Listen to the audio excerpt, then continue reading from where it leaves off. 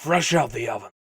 What is cracking, everybody? It's Megapiemanphd here, and welcome to another look at my map video. This time for PD, Player Destruction, Farmageddon, RC1, or Release Candidate 1. That's right.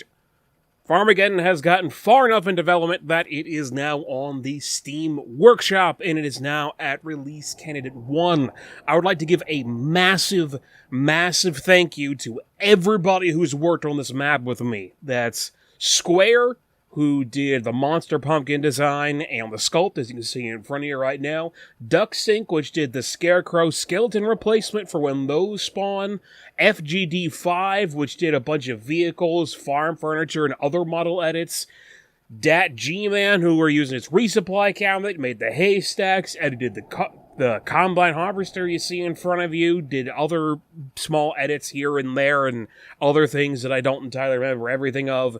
SediSocks, or Sedentary Socks, which is the low-poly version of the Monster Pumpkin, originally made the combine harvester, and worked on a bunch of other stuff for this map. Blaholtzen, who was like the art director / texture artist for this map, who did a bunch of concept work, did a bunch of texture work on just about everything. We had Fuzzymellow, who were using their edit of the construction lights. Zeus 3005, who did some stuff for this map. And of course, could not mention Void, who, if you're familiar with custom Team Fortress 2 maps, you may recognize that name, as Void is the one who worked on Player Destruction Monster Bash. They did King of the Hill Laughter, as well as a bunch of other stuff in Team Fortress 2 that's actually fully in the game at this point. And what Void did for this map has not been shown off yet in these videos because it wasn't ready until the last version of the map, which I didn't make a video for because we wanted to get RC1 out as quickly as we possibly could. Did a bunch of crunch on it because we wanted it out before the end of September to get on the Steam Workshop to try to get noticed enough for the possibility of being part of Scream Fortress 2020. Don't know if it will or won't be. There's a chance, you know. It's higher than 0. It may not be super high, but it's higher than 0. So what Void did is, while I handled the overworld layout and detailing, and I did the layout for the underworld, Void went full ham, whole hog, down here in the underworld, and it looks amazing. It is disgusting in all the right ways to perfectly get across what we wanted to do with this map. You've got the heart in the middle, you've got the radioactive goo on the bottom that will actually rise and lower, you've got all of the paths around here. It's supposed to be that when the pumpkin opens, it activates a teleporter that will take players here so they can go to the midsection around this heart and drop off Weed Killer that's how they score, but also as you drop off Weed Killer and the points start rising, the heart will actually start beating faster and faster and faster until you deliver everything, win the round, or somebody wins the round, and you kill the pumpkin. Now, we don't actually have an explosion animation for the heart. We might do one of those. We don't have an idle animation for the Monster Pumpkin, which we might, maybe, at some point do. I don't know. And we don't exactly have the pickups finished. Those are still placeholders, so when you pick up a pickup, it's either going to be a duck if you killed one of the Scarecrows, which are worth 2 points, or it's going to be a Robot Destruction Core if you kill another player, which is only worth 1 point. We want to make those Weed Killer jugs so that it fits in with the entire thing of the map that you're trying to kill the pumpkin by delivering Weed Killer to its heart. Those models aren't ready yet. There is going to be an RC2. I don't know if I will make a video of it because most of what it's just going to be are fixing up little bugs and issues, clipping probably, as well as getting in the final pickup model when that is finished. But like I said before, we really wanted to get this up on the workshop as soon as we could. So we put it up there a little while ago, has done really well in the workshop, has 5 stars at this point, and I believe a bit over 400 ratings, and people seem to like it. It's only got like 8 negative ratings out of 400 some, so that's not bad. I gotta say, that's not bad. And if you would like to see it on the workshop, you can go down to the description of this video, click on the link, which will take you to the workshop. There's also going to be a link down there to a Reddit page where you can upvote it. Check it out. Give it a vote on the workshop if you like it or not, or do whatever you want with it. Leave comments. I don't, you're your own person. Do your own thing, but man, Void went full-on ham on this. It is fantastic. Got reskins of Bozo, the circus clown god, that are from Carnival of Carnage, that are being used here for the entrances. We've got, like, junk piled around that this thing's eaten over periods of time. These bubbles that actually go up and down as the water level raises. As you can see, there's, like, radioactive goo dripping from the ceiling every now and then, because it's supposed to be like the inside of the pumpkin. Like, it's randomly going around and eating whatever it can get its hands on, and the reason why it's a giant pumpkin monster is because of all the radioactive stuff that was being used to try and make it grow as big as possible. So this is like, it's an underground cavern inside of the pumpkin monster. So you go in the top, you get transported down to the ground to where the main body of the pumpkin monster is. That's where you are right now. You deliver everything to the heart, kill the heart, jump in the middle swirling vortex, and go back to the main overworld to collect some more weed killer and do it again. But yeah, Void, man, you did fantastic. You did absolutely fantastic. There have been a couple of people that I've heard every now and then of saying that they wish the overworld's detailing was match the underworld a little bit, and while there might be a couple of things I can do to spice up the detailing on the overworld, in reality, it's kind of like that on purpose, mainly so that you have the juxtaposition of the calm, mostly normal TF2-looking overworld, where you wouldn't expect anything crazy, and then the absolutely insane underworld area, which is inside the pumpkin, where you deposit all of your points and all that lovely nonsense. If I can think and speak at the exact same time, that would be great, so I can stop pausing in the middle of my sentences. But yeah, the juxtaposition between the calm overworld, the chaotic underworld, the difference between the two, I think really helps to amplify just what the underworld is supposed to be, and that it's supposed to be like a whole nother thing entirely. It's supposed to be this entire special, different, disconnected area. You know what I'm talking about. I think you know what I'm talking about. I don't know. But other than that, adding the underworld, adding some details here and there with more pumpkins on the side here, some signage. Trying to think of anything else that we really got onto with that. I did have to do a little bit asset optimization of removing some custom assets to go replace them with stock assets just to try to get the file size down, because at one point it was over 100 megabytes, which is apparently a bit much for a Team Fortress 2 map, especially one like this that just uses the farm theme.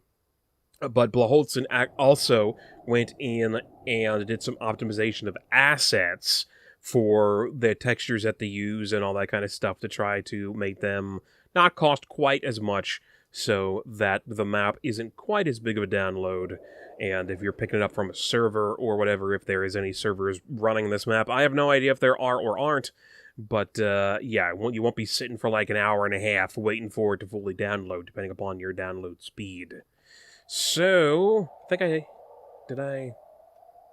thought I added sound to this. Maybe it's not playing because I'm in spectator mode instead of being a player, because it also won't play, the lines from Maurice there.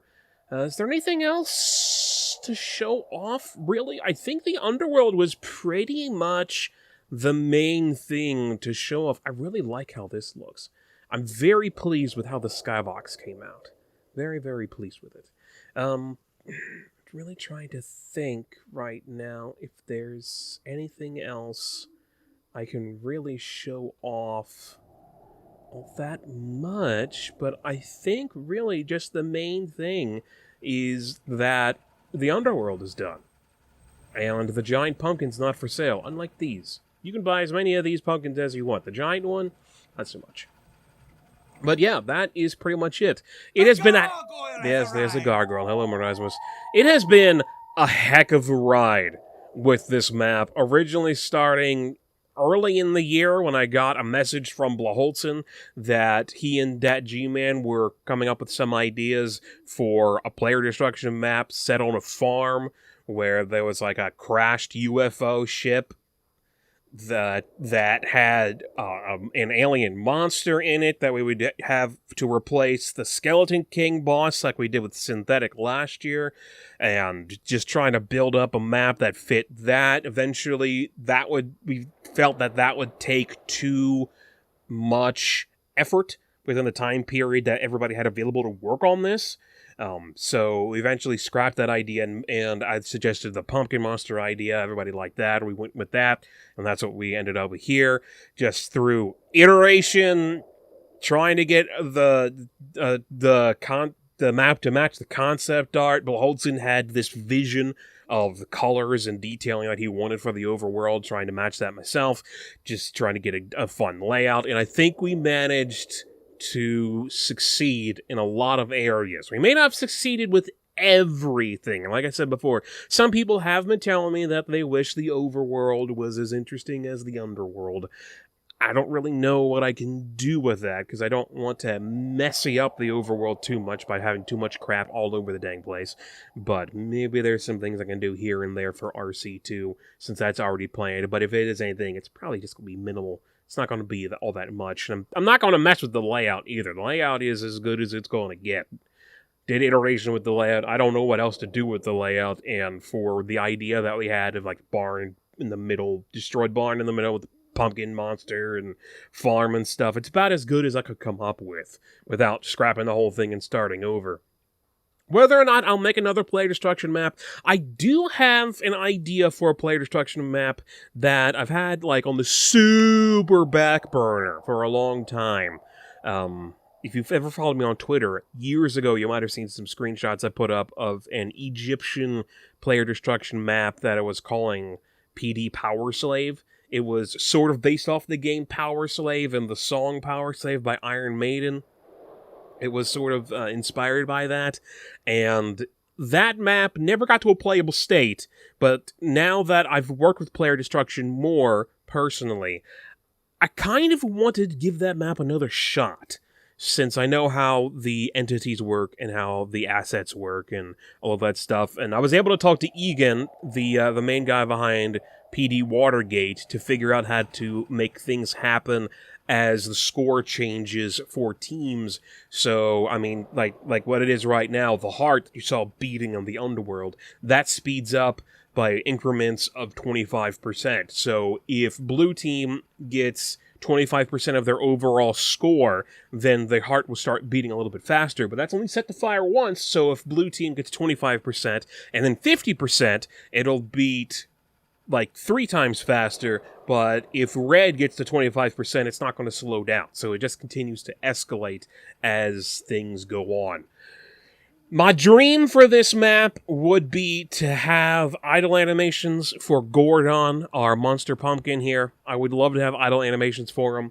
Don't know if we'll ever get to that, because you got to rig the whole thing and find somebody who can animate. I don't know if there's people in the group who can do that stuff. I haven't asked. We've talked about it a little bit, but it's something that's like super far down the line that may or may not ever get made. It would be great if we could. Don't know if we will. It would also be great if we could have some sort of death animation, like the heart will explode and spray goo all over the place, or the pumpkin will wither or explode or something. Haven't really messed around with that because we don't really have the assets to work with that, and it would look kind of weird if just like the top of the pumpkin monster exploded into nothing. into nothing at all. Maybe we'll be able to do that, but with all of the crunch everybody was working on, they were working their hearts out trying to get this thing up on the Steam Workshop before September was over, just to have a week or two, if maybe a couple of weeks' time, to try to get people's attention before it became around to October. And I am extremely pleased with the work everybody has done on this map. Extremely happy that they came to me, surprised and happy that they came to me to want to work on this project with them. And I just hope that my contributions to the map of the layout and what I did for the overworld detailing are good enough to make what they did shine, because they all put in a ton of work and did a lot of great stuff for it. But yeah, that's pretty much it for Farmageddon. It is basically finished. The only thing there is to do is fix up a couple of things here and there that wouldn't really be noticeable or visible. Add in the weed killer pickups when those are finally finished. Whenever DatGmann is able to get to that. DatGmann has been very busy with their own personal life and other things going on. And so is everybody else. I mean, they've all got jobs and lives and families outside of just working on this map. So all of the effort and work everyone's been able to put into it so far is crazy. It's just crazy. I've never worked on a team. Not only, I mean, I've worked with other people, but not only am I working with a large team, I'm working with a team of highly notable people who are very, very talented as well. So it's just, this project it astounds me that it came into existence, let alone a finished state. And I'm going to stop gushing about it right now because I'm running out of things to gush about without repeating myself. And the most I can just go on for hours about how awesome it is that to have worked on this project with these people. It's just great. I need to turn the shadows off for that bird because that looks weird. The birds do explode if you shoot them, like on Midwest. They are copies of the logic I used for Midwest. So if you walk up and shoot them, they will blow up. They won't do any damage, I don't believe, but they will explode. And there's a couple of them hidden here, there, and all over the dang place if you want to find them all. Nothing will happen if you blow all of them up, but they're there for the fun of it, because they can be. Anyway, thank you very much for watching. I'm a Megapiemanphd. Scroll down to the description below this video to find links to the Steam Workshop page. You'll find links to the TF2 Maps page. You'll find links to the Game Banana page. Yes, I put it on Game Banana because why not? You'll find links to the Reddit page. And of course, you can check me out on Twitter if you're interested in me and my stuff, or videos and whatnot that I do. Pretty much all the videos I've done recently have been for TF2 mapping stuff, but I also sometimes do reviews and whatnot. If you're interested in that, you can check any of that out. But yeah, that is pretty much it. Thank you very much for watching. Thank you very much to the team that worked with me on this project. And I will talk to you guys later.